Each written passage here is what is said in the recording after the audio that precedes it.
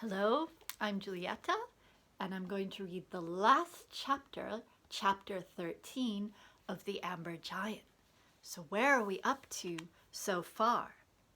Well, Caroline and her dad are back in Kathmandu 3 years after waking the Amber Giant.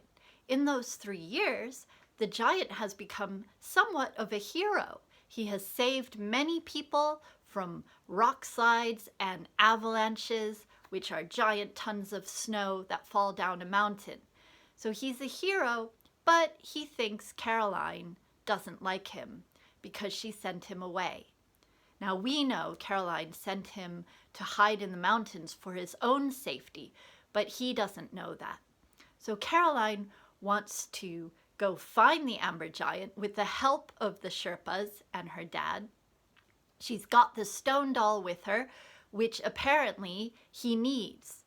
He's been a little sick, a little bit ill, because he's been separated from the doll. So she's going to bring the doll back to him and hopefully tell him that she does care about him and that he's a very good giant that's what she believes. But will they find the giant? Will he recover from his sickness? And will he believe that Caroline does care?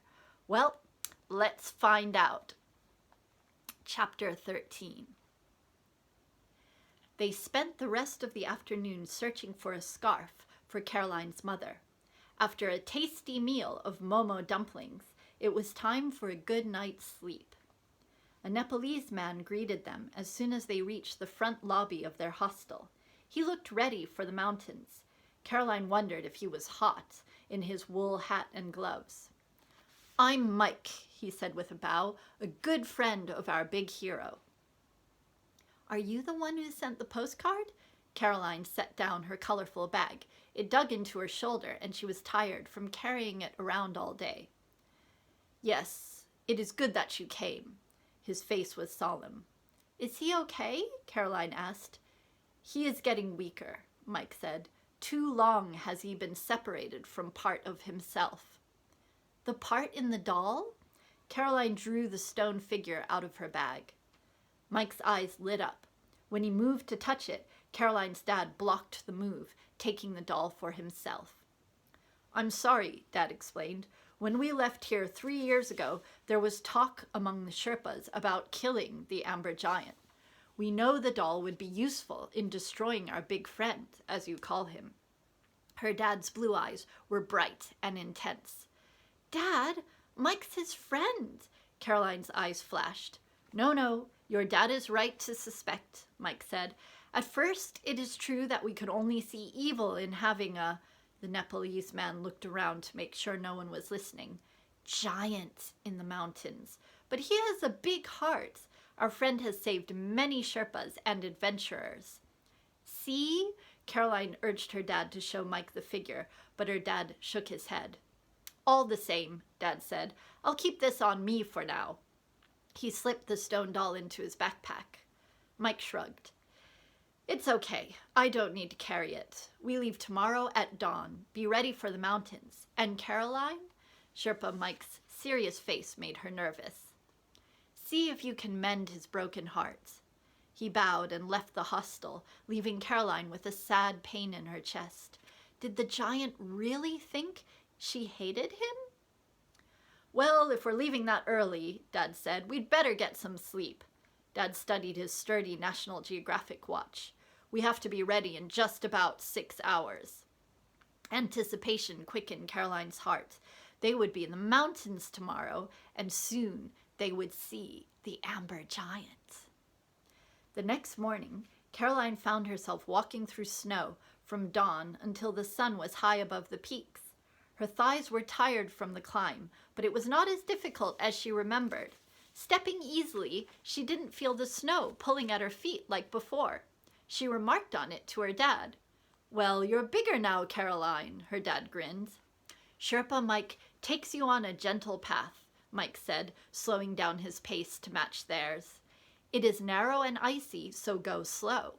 The hairy giant will meet us soon." "This low down?" Her dad scanned the tallest peaks, which towered above them. I thought he'd be safer up there. I told you, he is safe from us, said Sherpa Mike. He's a friend to our Sherpas. It's just that our guide Pemba was so angry we woke the giant, Dad explained. He was set on killing the amber giant and destroying the stone doll. Pemba is one of the people our giant saved from an avalanche last year. Sherpa Pemba has changed his mind and even donates money to help us buy medical supplies for the amber giant, Mike explained. Medical supplies? Caroline asked with concern. The giant has had some skin problems and recently needed antibiotics too. Mike's eyes grew wide. He needed a lot of expensive antibiotics. He's a big giant. Is he okay now? Caroline asked. He's a little weak, Mike warns. The path grew even narrower. Caroline walked close to the mountain wall, away from the drop-off. She would have to tell Sammy how dangerous it was to walk here. He would love hearing about it. She could make it sound really scary, though she wasn't scared. The Sherpa pointed to a clump of rocks. A flash of gold shone at the top of the rocks. A huge figure moved out of the shadows, revealing himself. Caroline's heart stopped. She had forgotten how enormous he was. His amber fur was thin, unlike the thick mane she remembered. He looks sick, Caroline said, but he's still beautiful. She caught her breath as the sun shone red highlights in the giant's fur. As the giant walked towards them, tiny pebbles scattered and the ground vibrated. But he walked gently, and no one had to hold on to the rocks to remain standing. When he knelt down and bent his great head, his eyes looked kind. They were warm and brown, just like in her dreams. Caroline's heart melted. Master has returned after so long. The giant's voice was low. Yes, I'm sorry I couldn't come before, Caroline said. I didn't know you were sick. She pet the giant's arm, and fine hair came off. Your hair is falling out. She gasped at all the fur on her glove. You left me, the giant said. Great tears filled his eyes. I'm sorry, I didn't want to, Caroline told him. I was too young to stay. My family was returning home, so I had to go with them. But I thought about you every day. The giant's great lip quivered. They brought something for you. The Sherpa nodded to her dad, who revealed the doll. Her dad laid the doll near the giant's feet. The amber giant gasped, My doll! The girl kept it safe for you. The Sherpa patted the giant's massive hand. If she had stayed here, the doll would have been destroyed. That's right, I kept it safe, Caroline told him. I took it far away from here to another country because I love you very much. She took one of the giant's hands in both of hers. The giant's moist eyes stared down at her. I have heard all the stories of what a wonderful hero you are, Caroline said. You're the best giant ever. Do you really think so? His voice was faint. Caroline nodded. But I remember, the giant pointed at her left wrist, and he took a deep, shuddering breath. I hurt Master. Great tears ran down into his beard and froze there. I'm not hurt at all. Caroline waved her hand around. I didn't even bruise. The second part wasn't true, but she wanted the giant to feel better. I'm a bad giant, the amber giant said. He kicked the doll to the edge of the path, then crept behind the rock. The doll was dangerously close to the cliff edge. Caroline moved quickly to rescue the doll. Her hiking boot landed on a patch of ice, and she slipped and fell on her back. Before she knew it, her legs were dangling over the cliff. Caroline, don't move! Dad's voice was loud with panic. There was nothing to hang on to, and she started to slide. Now she was scared. Her dad and Sherpa Mike tried to grab her, but both were too late to rescue her. She managed to turn around so her belly faced the cliff wall and held on. She hung from two rocks wedged into the cliff wall, unable to climb back up to the path. "Giant!" shouted Sherpa Mike. "Please come out. We need your help."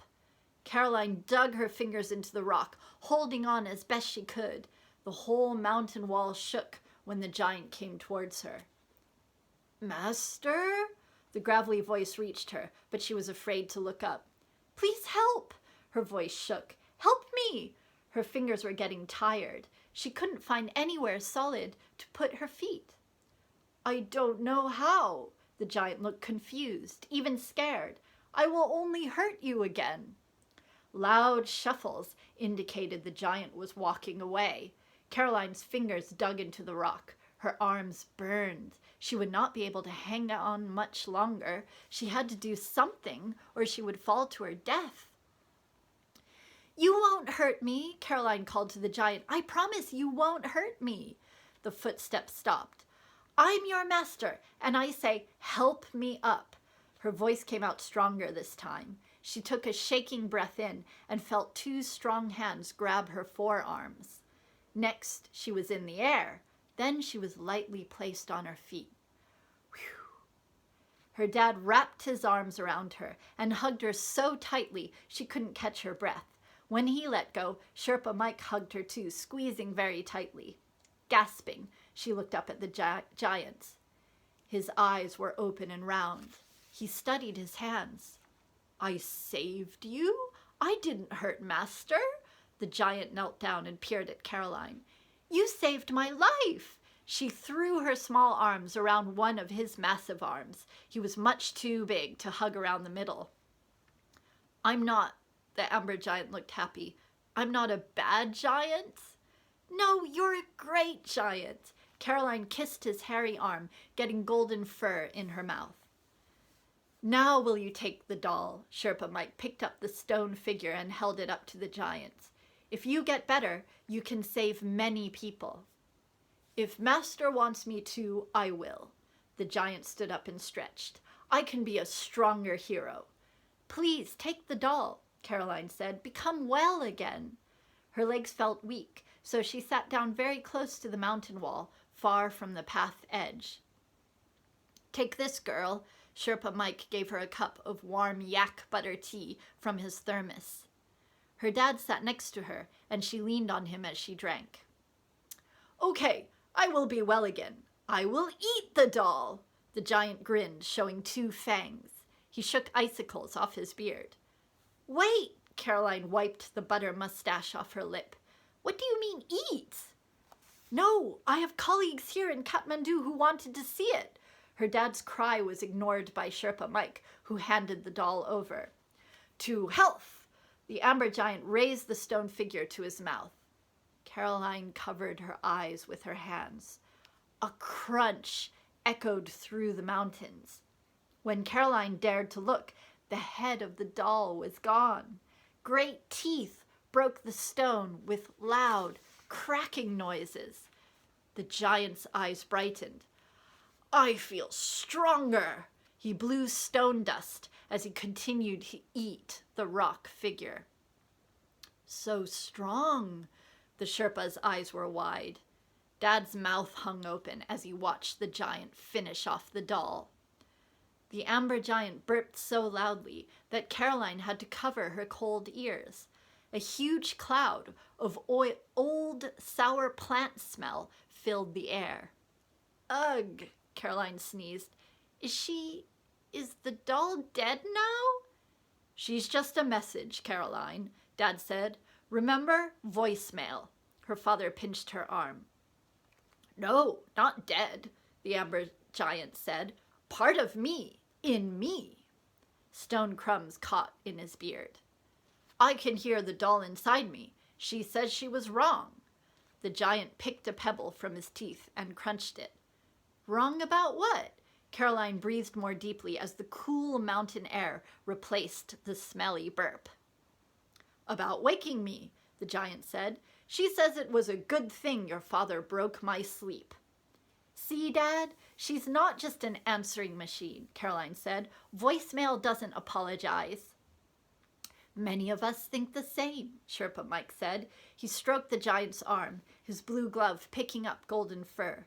It was a good thing to wake you. You're a hero. Caroline stood up, stronger after the yak tea. The giant reached out his hairy arms and hugged her very gently.